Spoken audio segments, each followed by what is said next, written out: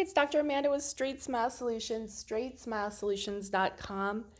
And let's talk about retainers, retention, retainer wear. I actually have a lot of content on this already, so I just kind of wanted to just get this conversation going again because I feel like a lot of doctors really don't understand this. But there is a video I'd like you to watch first. So hit pause on this video, go to my YouTube channel, Straightsmile Solutions. The name of this video that I want you to watch is called Retainer Wear Protocol. When can you phase down your Essex or Vivera retainer to nights only? You can just probably put in retainer wear and it'll come up. It's a picture of me and some retainers.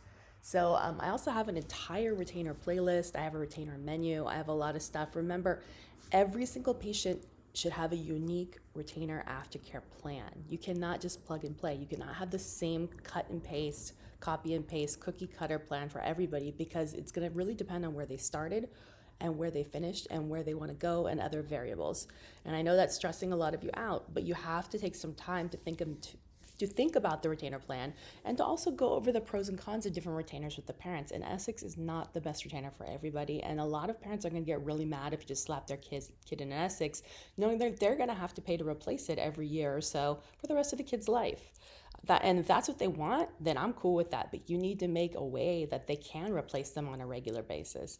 And if you're only offering retainer checks for the first year, which is like the phase down year, how does it work for the next 60 years? And remember, retainers have to be worn for life. So listen to that video that I told you to watch, Retainer Wear Protocol, when can you phase down your Essex and Vivera retainers to nights only, because you'll see that there is no set thing, full-time 3 months, nighttime 3 months, then every other night, then everyone is unique, and that video will explain how do you phase them down and how do you come up with a custom plan for your patient. If you have a really good aftercare plan that is mapped out, illustrated, has ability for flexibility, and customization, and a plan for aftercare beyond what they pay for, your patient and your parents will be thrilled because you did everything right. Plus, it also includes some production opportunities because they're going to have to switch these out on a regular basis. Now, I'm going to bring up something, and I'm going to bring up the Holly. You know what?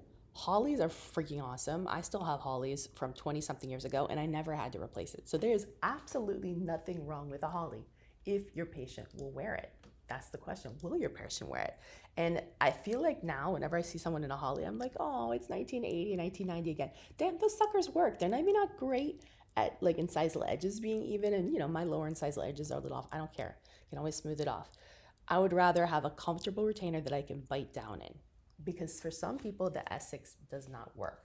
So it's important to go in with expectations, and know what your patient is looking for, what they wanted, which is why I really love the idea of a retainer menu.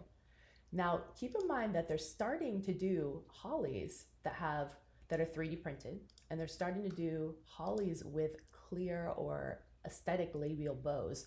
So there's a lot of cool stuff that's happening in the Holly world, and you'll have to kind of get into it. And I don't know what labs are not doing it, but I still think Holly is an awesome retainer. And if you get the right patient and parents, they're going to be really happy with that option. So don't rule it out. It might be a little bit more than an Essex, but remember, you are obligated to give your patient at least one retainer and then make a plan so that they can switch them out more regularly. If they have a Holly, they don't need to switch it out. If they have a bonded retainer, you're going to need to check them for life, and that needs to be included. You need to conclude those checks, or you have to include some type of warranty plan where they can pay extra to have that insured. So if you do not do that and things break, you could be in for some trouble, okay? And things will break, so you need to have a plan. So you might as well, if they choose that bonded retainer, or if they choose something that's a little bit more, or not exactly what you wanted, you might as well have some income opportunity that goes with it. So anyways, in a nutshell, there's no cookie cutter approach. Listen to my retainer playlist, take a look at my retainer menu, and I'll be glad to help you. All right, thanks so much.